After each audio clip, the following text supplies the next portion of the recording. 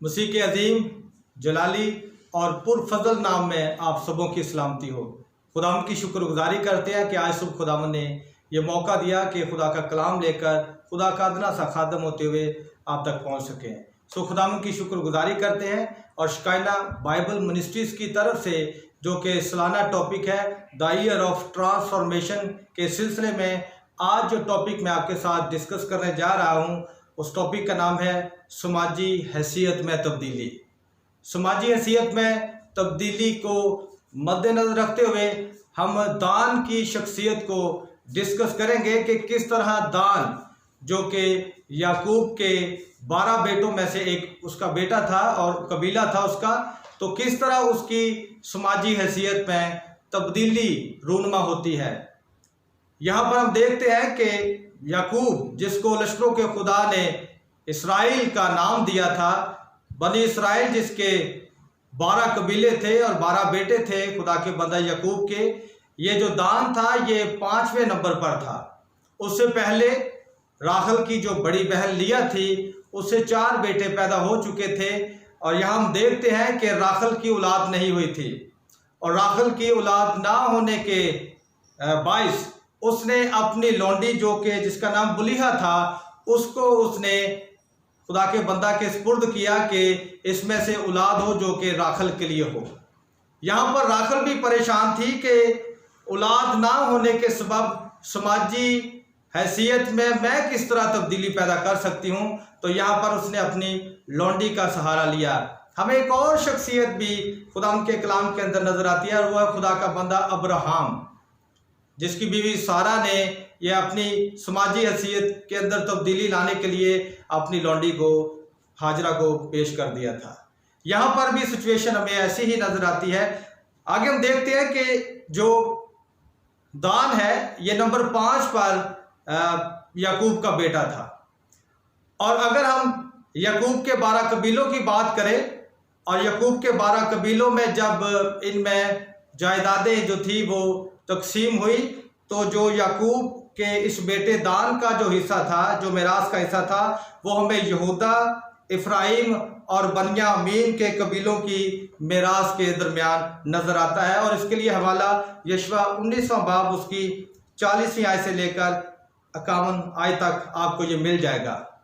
यहाँ पर दान को हम सामने रखेंगे क्योंकि दान का जो कबीला था ये मिरास में जैसे आपको बताया कि यहूदा और बनियामीन और इफ्राइम के दरमियान ही इसको जायदाद का हिस्सा मिला था, लेकिन यहाँ पर एक बहुत बड़ी गड़बड़ हो गई थी।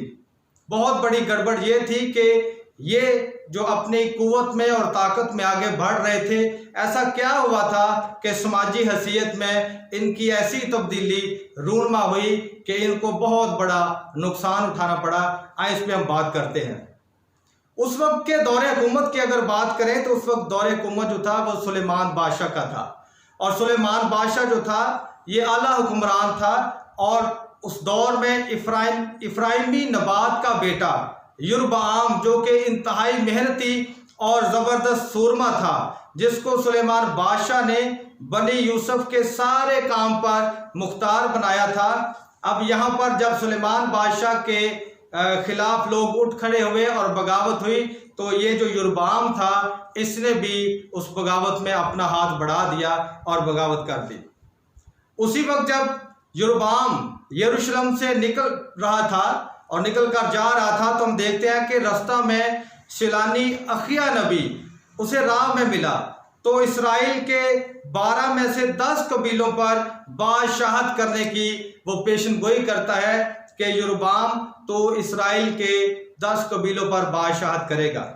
अब ये बात जब पेशन गोई की बात जब खुदा के बंदा सुलेमान बादशाह तक पहुंचती है तो वो बड़ा परेशान होता है और फिर जैसे ही वो इस बात को सुनता है वो यरबाम को कत्ल करने की ठान लेता है। लेकिन जैसे यरबाम को पता चलता है तो वो मिस्र में भाग जाता है और वहीं पर टिका रहता है जब तक सुलेमान बादशाह की वफात नहीं हो जाती।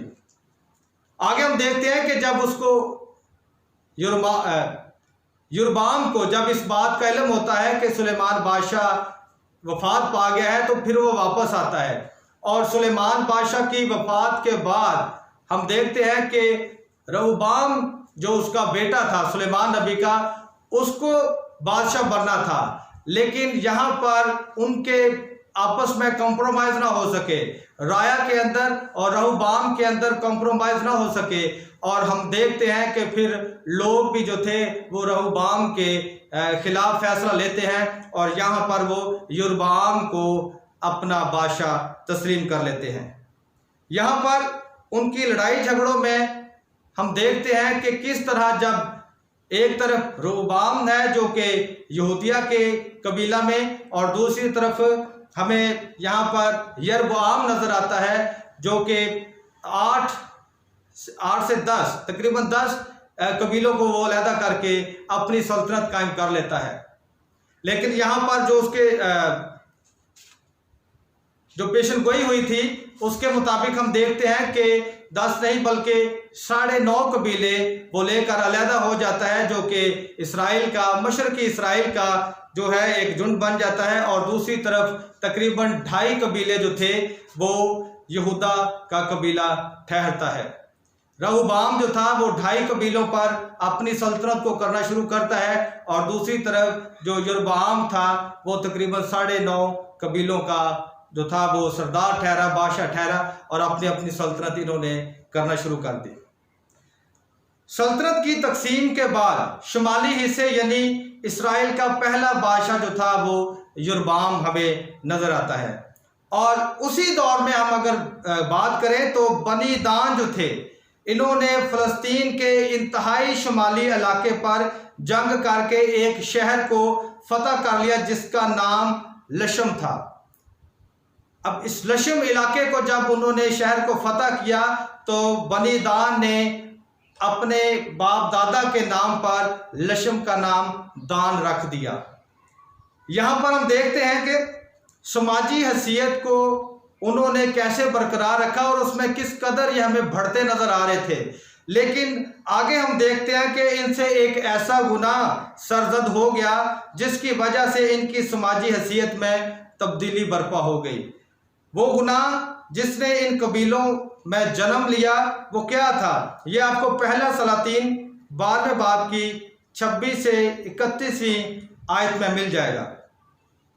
यरबाम जो था, ये जो बादशाह था तकरीबन 9.5 कबीलों का, यहाँ पर हम देखते हैं कि यरबाम के दिल में डर पैदा हो गया, और वो डर ये था कि यहाँ पर बनी इसराइल जो है ये अपनी कुर्बानी करने के लिए यहूदिया में जाते हैं, वहाँ पर हैकल में इनको जाना पड़ता है, तो ऐसा ना हो कि रहबाम जो है इनको फुसला ले या इनको अपनी तरफ कर ले और यही लोग मेरे खिलाफ हो जाएं और मुझको कत्ल करें और दोबारा फिर मैं बादशाह से जाता रहूं और सल्तनत मेरे हाथ से जाती रहे।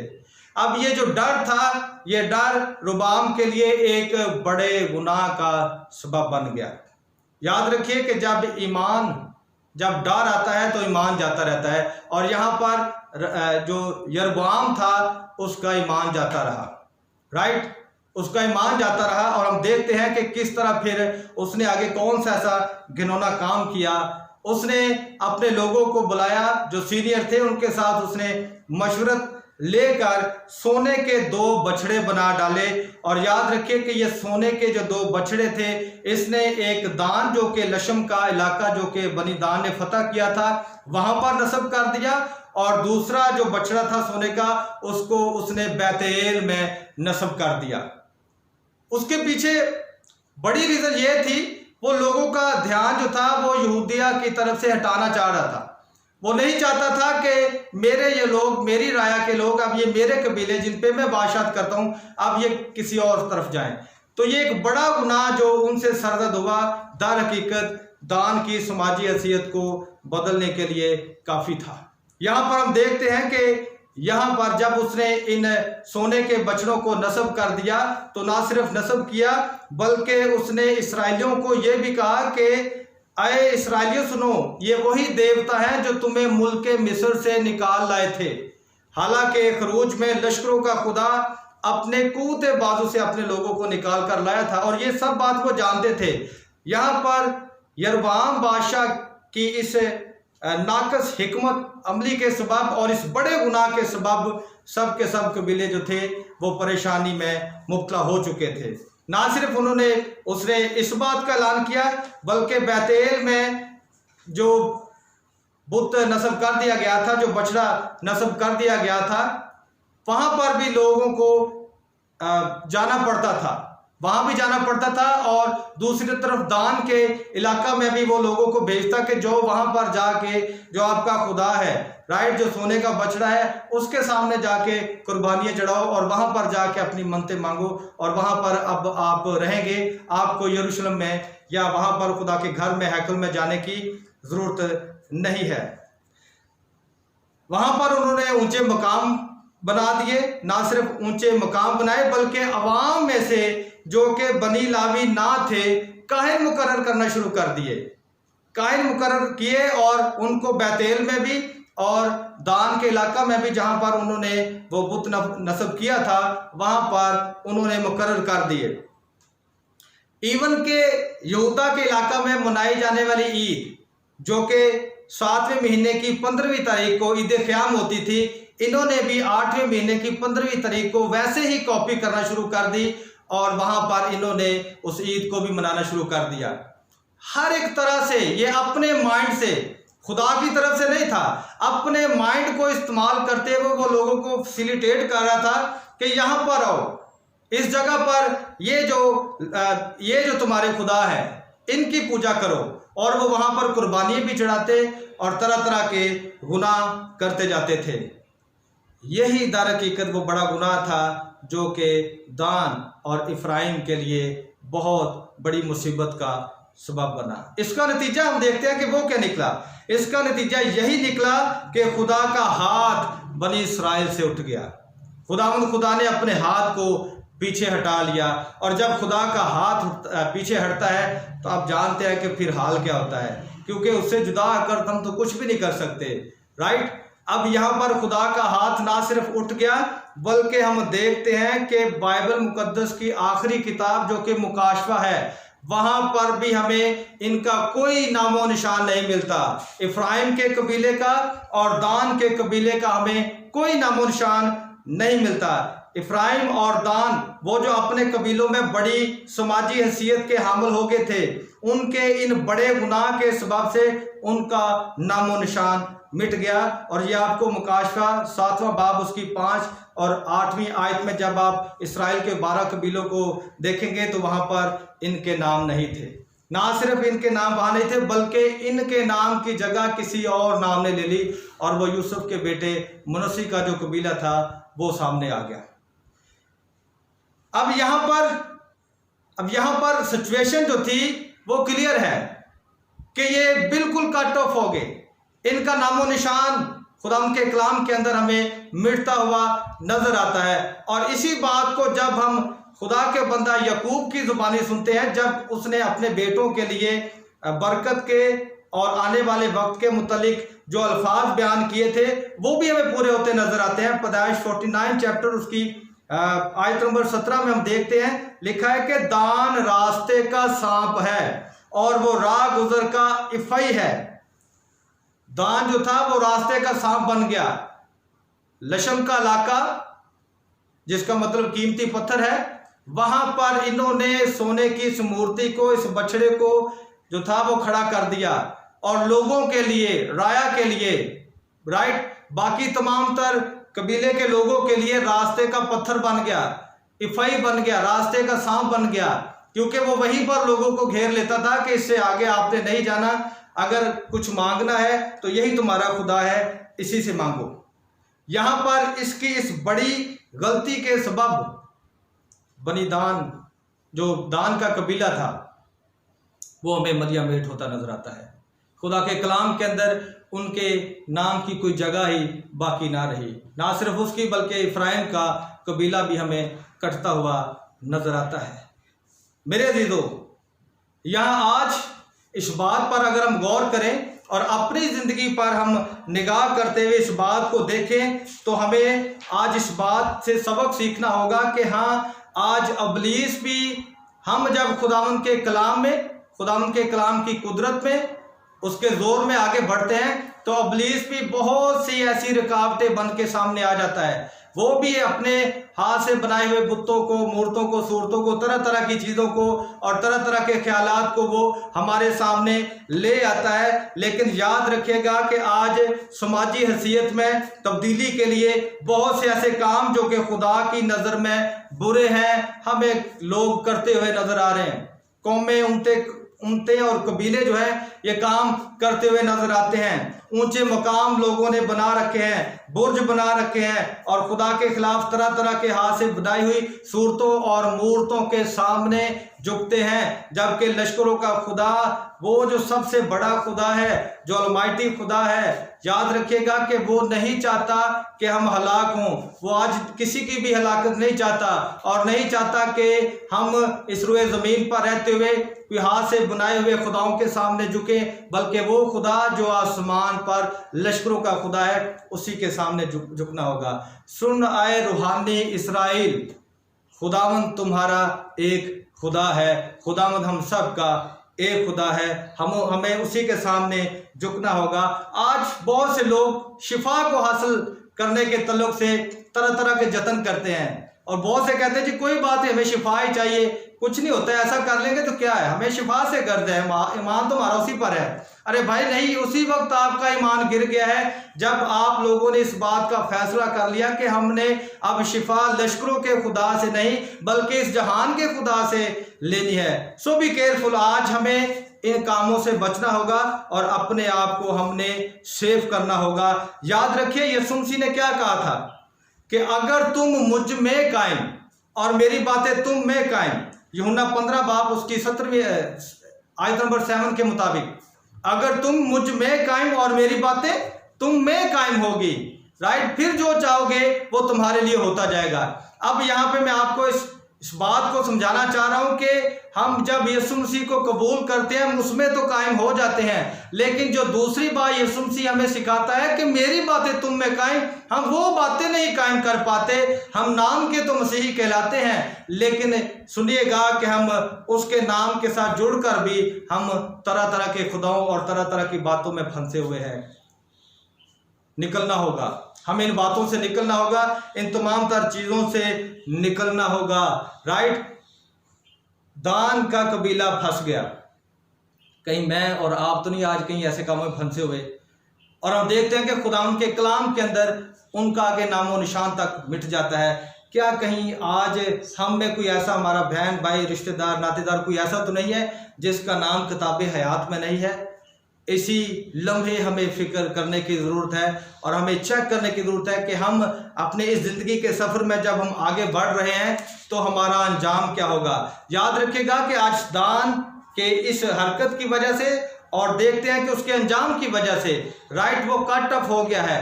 तो आज मुझे और आपको इस बात को सीखने की ज़रूरत है कि हाँ, अगर हम भी आसमानी समाज से कट ऑफ हो गए तो फिर हमारा फ्यूचर क्या है?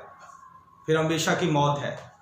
आसमान पर भी एक समाज है ना, वहाँ पर भी खुदा है, उसके फरिश्ते हैं और तमाम तर ईमानदार जो रहलत कर जाते हैं वो ऊपर जा रहे हैं और एक दिन आएगा, अदालत होगी, सब कुछ होगा, राइट। उसमें मैं और आप क्या उस समाज का हिस्सा बन रहे हैं? यीशु मसीह जो कि मेरी और आपकी निजात का शाफी है, उसने हमें उस समाज का हिस्सा बना डाला है। उसने कहा मैं जाता हूँ तुम्हारे लिए जगह तैयार करता हूँ, जगह उसने तैयार कर दिया है। अब मेरी और आपकी जिम्मेदारी है कि हम अपने आप को उस जगह के लिए तैयार कर सकें, तभी हम समाजी हैसियत में तब्दीली पैदा कर सकेंगे। दान तो ये काम ना कर पाया, लेकिन सुनिएगा आज मेरी और आपकी ज़िंदगी में मौका है। आए तमाम तर उन बुतों को जो हाथ से बनाए हुए हैं उतार फेंके, उखाड़ फेंके और लश्करों के खुदा को मान ले, उसके सामने झुक जाएं, ताकि हमारी समाजी हैसियत ना सिर्फ ज़रूर ज़मीन पर बल्कि आसमानी मकामों पर भी हमारा नाम किताब हयात में दर्ज हो जाए। याद रखिए, जिस तरह दान की ज़िंदगी में हम देखते हैं वो अव्वल था और क्या हुआ, आखिर हो गया। और खुदा के कलाम में भी यीशु मसीह ने बताया था कि बहुत से अव्वल आखिर और आखिर अव्वल हो जाएंगे। आज मेरी और आपकी ज़िंदगी का सफ़र क्या अव्वल से आखिर की तरफ है या आखिर से अव्वल की तरफ है? अगर आज हम अव्वल हैं तो हमें अव्वल ही रहना होगा, और अव्वल रहने के लिए हमें यीशु मसीह की उस बात को कि अगर तुम मुझ में कायम और मेरी बातें तुम में कायम है, हमें कायम रहना होगा। और आज हर एक वो ज़िंदगी जिसने अभी तक यीशु मसीह को कबूल नहीं किया, जो नहीं जानते, वो निजात दहिंदा है। लश्करों के खुदा के सामने आज हमें झुकना होगा और हमने आज इसी पैगाम को कि हाँ खुदावंद खुदा सिर्फ जिंदाओं का खुदा, खुदावंद खुदा जो हम सबको ज़िंदगी देने वाला खुदा है, खुदावंद खुदा जो मेरी और आपकी ज़िंदगी में कसरत से काम करने वाला खुदा है, हमें अपनी पोजीशन पर जो हम उसने अपने बेटे के वसीला से हमें दी है पोजीशन पर वापस आना होगा। आए कलीसिया पाकिस्तान अपनी पोजीशन पर वापस आ। और मेरा तमाम तर व्यूवर्स को, देखने वालों को भी यही पैगाम है कि अपनी अपनी पोजीशन को संभालें और वापस आ जाएं। अगर हम गुनाह की दलदल में धंस चुके हैं तो यीशु मसीह निकालने की कुव्वत और कुदरत रखता है। आज हम मुख्तलिफ खुदाओं के आइडल गॉड्स अगर हमने बना लिए हैं तो खुदा नहीं चाहता कि हम उनके सामने झुकें। कम आउट, वापस आएँ, ताकि लश्करों का खुदा ना सिर्फ इस रोए ज़मीन पर बल्कि हमेशा की ज़िंदगी के लिए भी वो अपने दरवाजे को खोले हुए है। सो खुदा मुझे और आपको आज के कलाम के वसीला से बरकत दे। God bless you.